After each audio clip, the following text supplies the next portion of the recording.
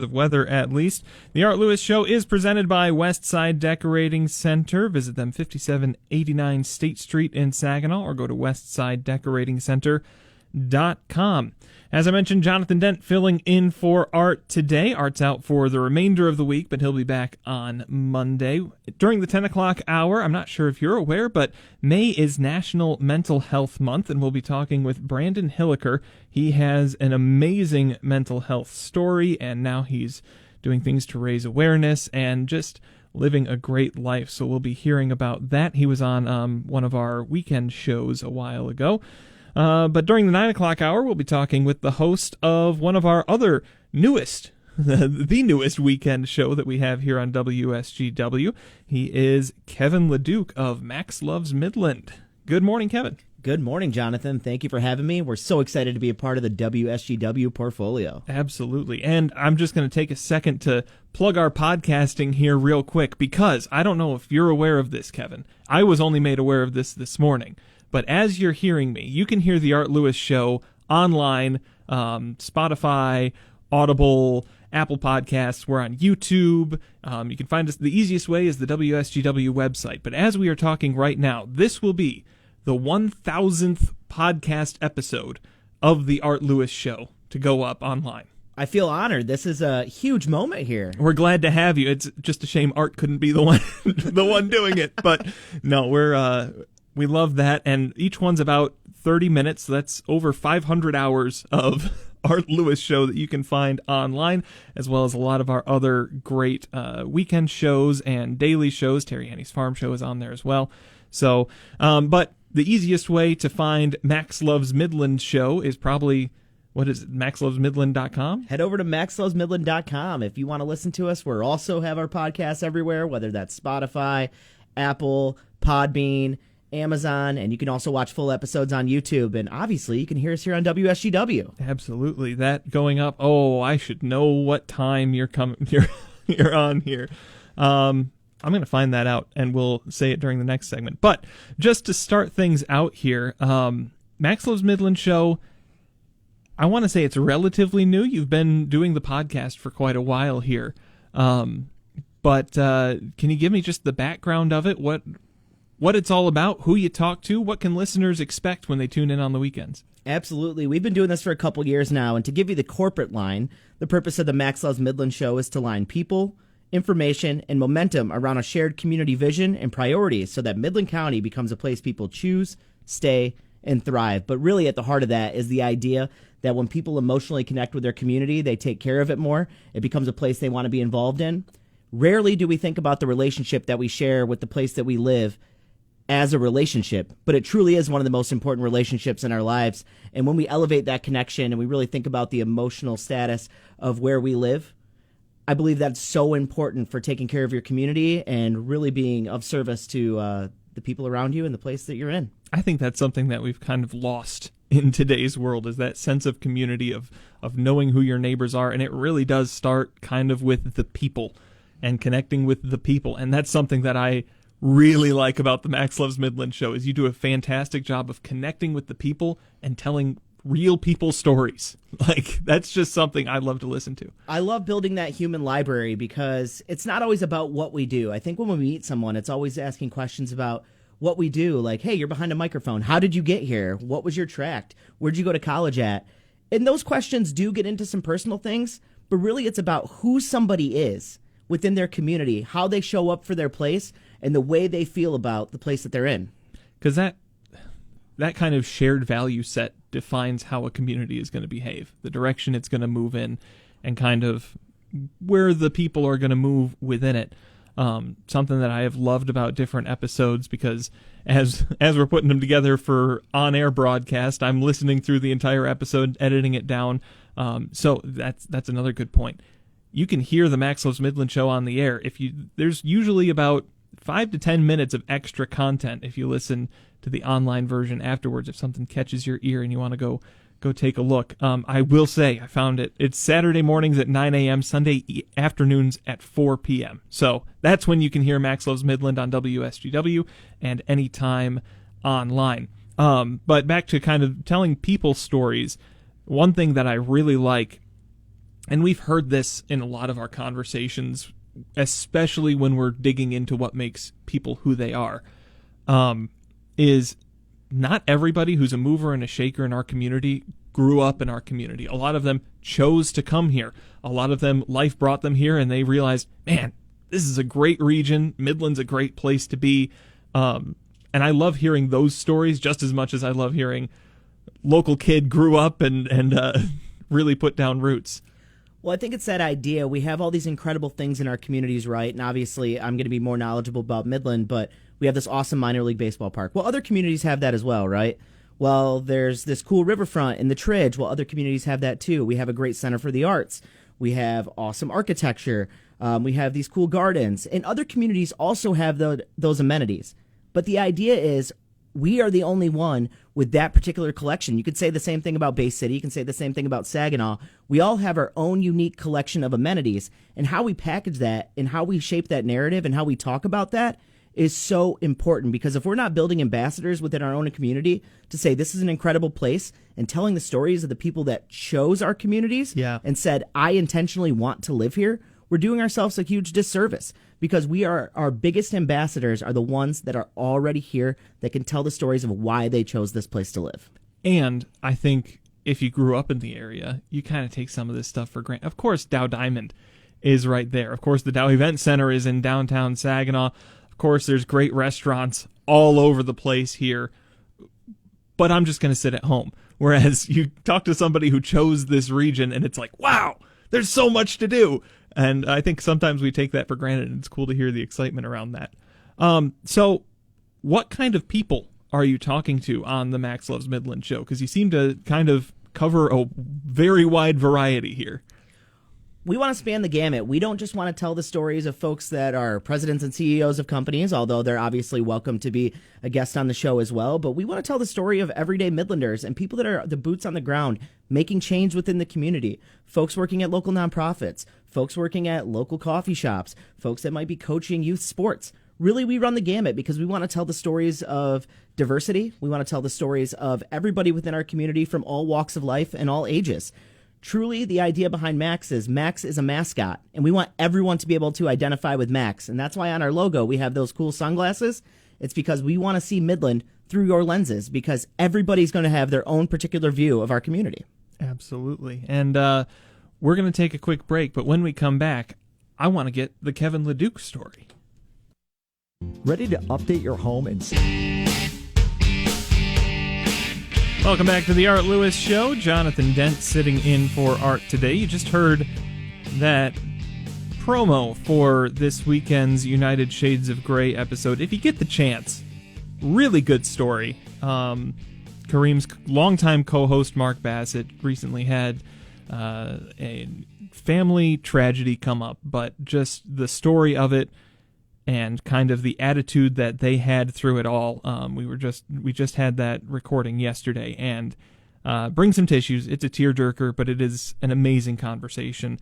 If you want to listen, you can find it online at WSGW.com after it airs on the weekend. Another show you can find at WSGW.com, the Max Loves Midland Show. The host, Kevin LeDuc, is with us now. Kevin, thank you for joining us. So, before the break, we were talking about really digging into people's stories on Max Loves Midland and getting backgrounds and perspectives that maybe we're not familiar with. I'm not very familiar with your background and your perspective. We were talking a little bit during the break there. I didn't know you went to Delta for, you went in the film track. I went in the broadcasting track. So we share that at least. Absolutely. But what's the Kevin LeDuc story? How do you get to be wearing sunglasses, interviewing people, cool people from the community every week? Yeah, so I grew up in Beaverton, small town not far away from Midland. I grew up with my grandparents, and it was an awesome community, and I really loved it. I loved that hometown feel, and it was a really cool spot. But anytime we went to do anything, we came to Midland all the time. So you go grocery shopping, go to the skate park, you want to go to the movies, you want to go to the mall. You're heading into the big metropolis of Midland. So Midland was always a cool place for me and was always a really interesting spot to go visit, and it was a place that we spent a lot of time in. After graduating high school, I decided that I wanted to explore some different communications options, dabbled around at SVSU. Eventually, I went to Delta College, and I got into the Delta College film track. I also did the electronic media broadcasting program, so I do have degrees in both. Okay. And was extremely excited about getting into that particular field. I started doing a lot of videography. I was shooting weddings. I was shooting short films. I was doing whatever I could get my hands on with a camera. And that was an absolute blast. At the time, I was working at Best Buy right here in Saginaw, so not far across the highway. No. I was enrolled at University of Michigan, and I was getting ready to prepare to go there, and I got offered a job to work at Midland Community Television. So it landed me right back in Midland, where I was still living, but at least then I was working back in Midland. And that's when I really fell in love with the process of being an active citizen within your community. Made a lot of friends within city government. I was working on a lot of government social media videos, and being able to connect with the community directly about pertinent community news became an extremely important thing for me and became a passion point for me. And it was an area that I saw that I could put my skill set into action. I'm a huge believer in role. So if you have a role within your community, you have to really go attack that, and you have to be active in the way that you are pursuing your passions and the way that you are playing your role in that space. I got offered a job at the Midland Area Community Foundation, and after starting there, everything kind of fell into place. A lot of this community work was already in process in terms of the work behind Max Loves Midland, because although Max Loves Midland exists, it's based on 10 to 15 years of community leadership and community alignment, and this is just the public-facing portion of it. And I'm happy to be able to continue to lend my talents and bring my role to that. And there are so many people involved in this. So although I might be the face, quote-unquote, of Max Loves Midland, we went with a mascot for a reason. This is not about me. We are very humble in this work. This is representative of hopefully all 80,000 plus in Midland County, and I hope everybody can see themselves in the work of Max Loves Midland. That's awesome. I like the idea that you've got a role in the community. You should play it. Even if you think that role is insignificant, you're going to be impacting other people, and that's kind of what the idea between Max Loves Midland seems to be, at least a little bit. Is let's get people moving together in some way. I like also being an active citizen. I was trying to remember those words. We don't have a whole lot of active citizens, I don't feel like, in today's world. And I don't know that there were that many 20, 30, 40 years ago necessarily, but it's definitely something that I think we could be doing more of, especially with the communications that are at our disposal. What does being an active citizen mean in that way? I think step one of being an active citizen is being informed. Yeah. Truly seeking out what's going on in your community and understanding why things are the way they are. I think we hear a lot of blanket statements, and I'm sure it happens here as well. You know, why is Saginaw doing this? Well, who's Saginaw? Is this entity? Is it us? Is it a collective? Why is Midland doing this? Who's Midland? Is it you? Is it me? Is it us together? So being able to step back and look at what's going on in the community and then saying, where can I lend my time, talents, and treasure? And it doesn't have to be in a loud way. It can often be in a quiet way. It can often be maybe through an act of neighboring. It can often be maybe through an act of just learning. Maybe you attend a city council meeting. There's all sorts of ways that you can be an active citizen. But the first step is really just learning and then caring and putting your emotion into it and understanding I have a role in the place that I live. And although it might not show up in a way that maybe a city manager's role does, or a mayor's role does, or a governor's role does at the state level, maybe it shows up in a very small, quiet way. But that's the idea of finding your role within the community. Because when we are all going in different directions, we're not accomplishing the same goals. But when we can take a step back and say, regardless of your political affiliation, regardless of your religion, regardless of anything else that might separate us on the surface, we can all move in the same direction for positive community change. Yeah, absolutely. And it's easy to sit and complain. It's easy to say, oh, they're doing this. Well, who? And what are they doing? Like, look at what is actually being done, and I guarantee it's not what you're hearing. They're not exactly what you're hearing, especially when we talk about governmental stuff and a lot of what gets put out there in terms of information. But no, I agree. Stay informed. And once you're informed, I think you'll be motivated to stay active in some way. So that's kind of what Max Loves Midland is all about. And I want to make the kind of delineation here. The Max Loves Midland show and Max Loves Midland, they're the same thing, but those refer to two different things. So the Max Loves Midland show is the public facing, let's get people informed. Let's get people knowing what their community and what their neighbors are doing. Max Loves Midland is this kind of engine that drives things in a certain direction. Can you kind of explain what that is? Absolutely. So a little bit over 10 years ago, and maybe even be about 15 years ago now, a group of our community leaders went and shadowed other communities to see what was working in the terms of collective action. So collective action is when many people are coming together to take action within the community and working together actively outside of their own individual silos to say, these are the skills that my organization can bring. How are we attacking challenges? And how are we looking at our advantages? How are we uplifting our advantages, but also just being very transparent about what our challenges are? So our community leaders went and shadowed Columbus, Indiana, which is a town with very similar demographics to Midland. They even have a bunch of cool mid-century modern architecture, which is interesting. But they had something called a community success panel. So our community leaders formed a community success panel, and they started looking specifically at what are our challenges and advantages. We went through a nationwide program called Communities of Excellence. There's other communities that have went through this as well. It's very data driven. And through that, we discovered, hey, we have some things that we need to work on. One of those things was we need more people at the table to bring their thoughts and to have a much wider opinion of the community. So that way we're making sure that we're trying to represent all. Get more perspective in Absolutely. there. Yeah. And that's when we formed our navigation team. So those are large cross-section meetings. We actually have a navigation team meeting tomorrow at 9 a.m. at Northwood University at the Griswold building. Everybody's invited, so come through if you want to see what's going on with Max Loves Midland and see what's going on with collective action in Midland. But another thing they said is we need to bring this to all 80,000 folks. And I said, hey, this is great, but people don't want to look at paperwork like this or understand that we sit in a room once a month and we're working on challenges. People have jobs. People have to go take care of their kids. People have things that they need to get done. So we developed Max Loves Midland as a mechanism to really put our arms around everyone. And we led with a community calendar because we understood that the number one thing that affects sentiment of your community is how much time you actually spend in it. So now we've had over 7,000 events posted on that calendar in the last couple years. Through that's over 7,000 opportunities for people to meet one another, for people to share space with one another, to get to know their neighbors. That's everything from free events to events at the ballpark to things going on all throughout the community.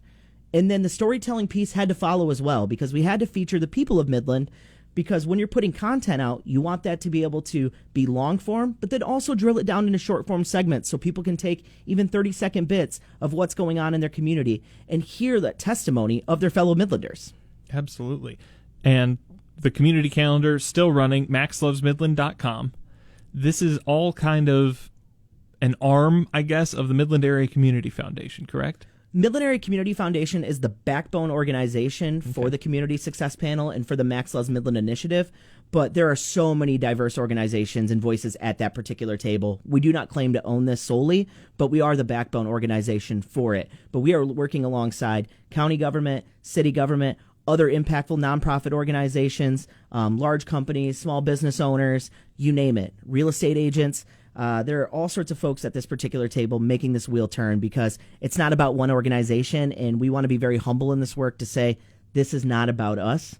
And I think all the other organizations involved in this would say that as well. Well, especially if you're trying to reflect the community. You're trying to reflect the people and the businesses and the organizations that operate in it. I think that is a great way to go about it. Absolutely. We're going to take a quick break. When we come back, a little bit more with Kevin LeDuc from Max Loves Midland.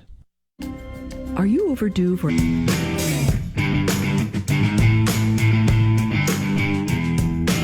Welcome back to the Art Lewis Show, presented by Westside Decorating Center, 5789 State Street in Saginaw, or go online to westsidedecoratingcenter.com. Joined this hour by Kevin LeDuc. He is the Max Loves Midland tour guide. I love that title. That's a good one. Hey, we didn't know what to come up with, and I said, well, I'm kind of the tour guide here on the show, so that's what we're going to roll with. Yeah, just showing people around through podcast, online formats. I like it. We talked a little bit about, in the last segment, the engine behind Max Loves Midland, all of these different organizations and businesses pulling in one direction, which... Whew, that's a lot of work to get them all moving in the same direction and to agree on at least something. But I want to take a look at kind of the Midland Area Community Foundation's work and some of the challenges that are being faced. So, obviously, our region as a whole, we were talking about this yesterday on the show with Matt Falon, population decline. Tax revenue goes down with population decline. And that affects a whole lot of things, but it also affects businesses when people aren't in the area to shop. What are things that Midland specifically, because we talked about regionally, but Midland specifically, what are some of those things that are being tackled right now? Currently, we've identified 3 very specific things that we're working on at the Community Success Panel level and through Max Loves Midland. Those things would be housing, another thing would be childcare, and the third thing would be talent development and retention. And I don't think those are extremely unique to Midland, but those are the 3 identifiable things via data that we have found that are affecting us most. If we take a look at our community, we have a robust iPark, an industrial park that is ripe for development. But to do that, we need some more housing, right? So people want to live where they're working at. And if not, other places need to be able to provide that. So we talked a little bit about regionally moving throughout the area. We've got over 10,000 people right now commuting to Midland every single day for work. If they're commuting into town, that means they got to live somewhere else. And that's the importance of making sure we're playing well across county lines as well. I think it's so important to work well with our regional partners in Bay, Saginaw, Mount Pleasant, smaller towns like Beaverton, where I come from. Those places could be awesome communities for folks to live in. In the childcare space, we have a great team working on different issues in childcare. They are actually developing a nice communication strategy right now. How are we talking about childcare within our community? And then how are we trying to encourage development within that? And then also the talent development and retention space. Max Loves Midland is obviously a huge mechanism behind that, but there's so much good work going on at the Midland Business Alliance. And in the housing space, too, they're working on an initiative right now called Housing Forward, and they've been absolutely incredible at just saying, where can we develop, what are specific zoning laws that we need to look at. And I think it's just great to see all of these awesome organizations championing what they're good at. Yeah. And the Community Foundation is merely a convener in all of this. We don't claim to be the expert in housing. We don't claim to be the expert in childcare, and we don't claim to be the expert in talent development and retention, but we do want to be leaders in the space of bringing people together and making sure that we are all trying to work together for common goals, and that's a huge passion of ours. Being that table where people can get together and talk about this stuff. The talent development and retention, I want to focus in on that a little bit, because you said Max Loves Midland is driving in that direction. How's that happening? Well, if you look at what we're doing, I think the big thing with Max Loves Midland is a lot of retention piece. So we have all of our events on the website, and I hear all the time, hey, I attended this event because I saw your short video about what events are going on this weekend in Midland County. And that's absolutely great, because that means people are now investing and spending time in their community, and that's a huge thing for us. And then if you take a look at what the Business Alliance is doing right now, they have an initiative called Talent X, and they're really working at how are we packaging all of this stuff together and getting tools to employers. So that way employers are saying, how are we thinking about this talent continuum and what are we offering people? Because we hear the term work-life balance all the time, but that implies, like, when I'm at work, am I not living? Of course I am. Yeah. I'm still living life. So what is the community offering me, and how are we packaging that to say, hey, here's what you have available to you in your space? I like that. We're going to take another quick break. We'll be back with Kevin LeDuc after these notes. Ready for another great season? And we're back with the Art Lewis Show. Jonathan Dent with you today, talking with Kevin LeDuc of the Max Loves Midland Show and Max Loves Midland and the Midland Area Community Foundation. And I've heard you talk about this a couple times on the show, especially in recent episodes. But a crowdfunding campaign that is specific to Midland or Midland County, and that caught my ear a couple times, and I got to ask about it. What is this local crowdfunding initiative? Yeah, Jonathan, I appreciate you asking about this. So I think you're talking about the MyPros Community Crowdfund, which stands for Midland Young Professionals, which is an initiative of the Midland Business Alliance. And at the core of it, we have a crowdfunding subcommittee that puts out an application for local businesses to apply and say what they would be able to do with a certain amount of dollars, whatever we're running that campaign for that particular year.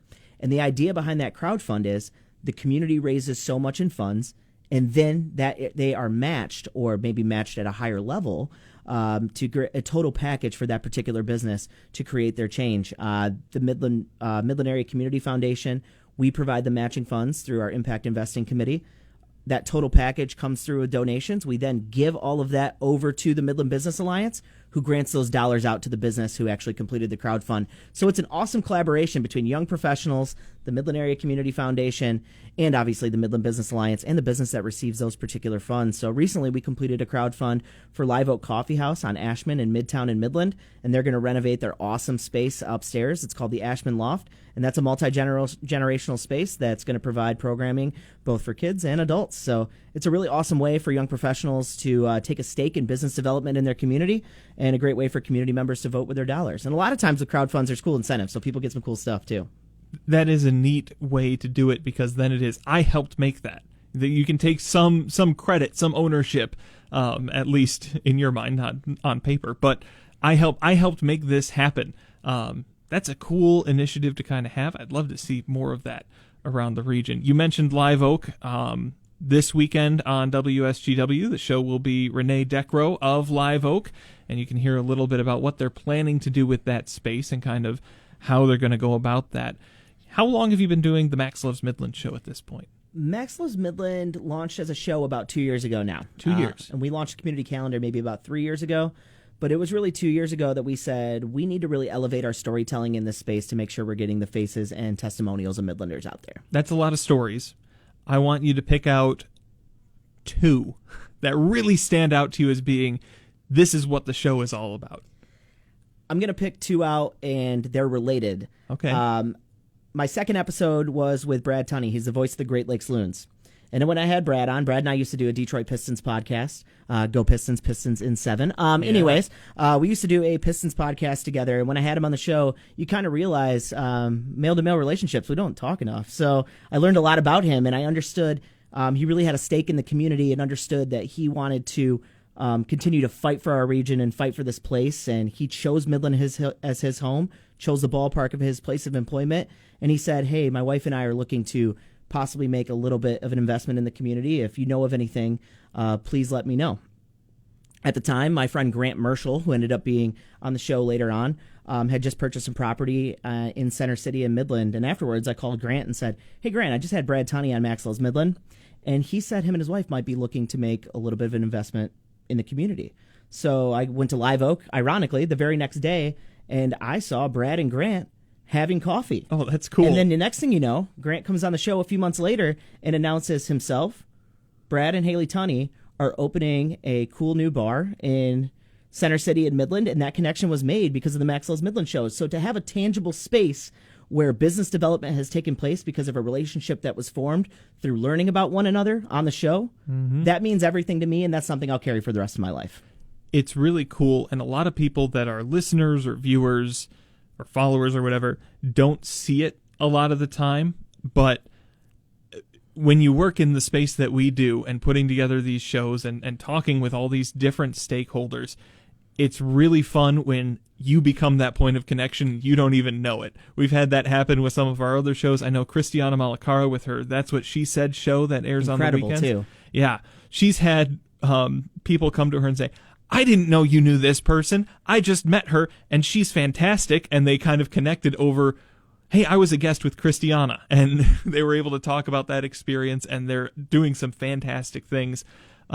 It's a really cool experience to have that behind the scenes, and it's really rewarding, isn't it? It's so good. I'll plug the bar, too. It's Nord Social. So if anyone wants to go see Nord Social, Max Loves Midland is a part of their story. It is absolutely amazing. I've had people come up to me and say things like, hey, I heard this person on the Max Loves Midland show, and I thought they were so interesting. I reached out to them and went and got coffee with them, and now we're friends. That's amazing because you are bringing people together in such tangible ways, and it all happens through understanding your role and saying, hey, this is the place where I need to be working and the things that I need to be doing.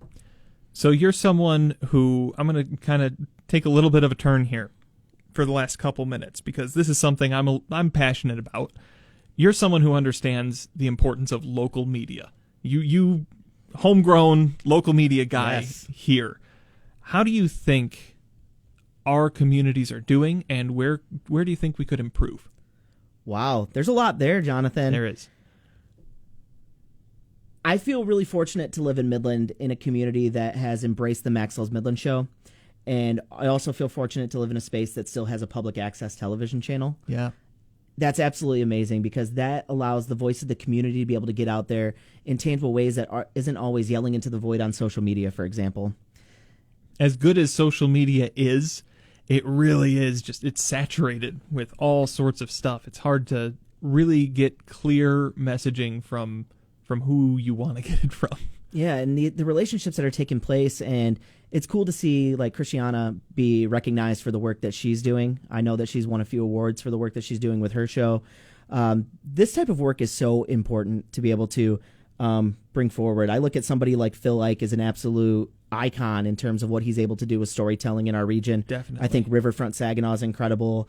I think what he was able to create with Hay Bay City was absolutely amazing, and I take a lot of inspiration from the work that he's doing. I always try and look on the positive and be optimistic. I think the hardest part about local media is always going to be funding. When you have large organizations that are able to kind of grab properties up, maybe to consolidate things, and even to understand that I know people like you, or know that I know Christiana, or know Brad Tunney because of local media, and be able to make those connections and us be able to still connect in very, very positive ways. It's so important. And I tell Brad all the time over at 100.9 The Mitt with what they're doing at the ballpark to have a radio station that is in a nonprofit ballpark with a young professional manager with an entire staff that's sub 30 doing terrestrial radio. Amazing. Unheard so of. Yeah. I think we have a really, really strong sense of that here, but it's going to take people like us continuing to champion it and being loud for it to continue to survive. Fantastic. One more time, give us the information on Max Loves Midland. I'll give the times. You can hear it on WSGW Saturday mornings, 9 a.m., Sundays at 4 p.m. Where can you find it online? MaxLovesMidland.com. Head over there. You'll find our YouTube link. You'll find Spotify, Apple, Amazon, Podbean, wherever you like to get your content. We also post our shorts on Instagram. We post them on TikTok. We have a great TikTok following now. So go ahead and check us out. We are kind of everywhere that you find your media, including right here on WSGW. Fantastic. Kevin, thank you very much, and we'll talk to you again. Awesome. Thank you. Experience has its reward. That's it for this hour of the Art Lewis Show. I want to thank Kevin LeDuc of Max Loves Midland for joining us. You can hear Max Loves Midland Saturday mornings at 9, Sunday afternoons at 4 here on WSGW or at maxlovesmidland.com. Coming up, we'll be talking with Brandon Hilliker. He's got an amazing story. Excited to hear that. But first, the news with CBS, then Michael Percha in the WSGW newsroom. Broadcasting from the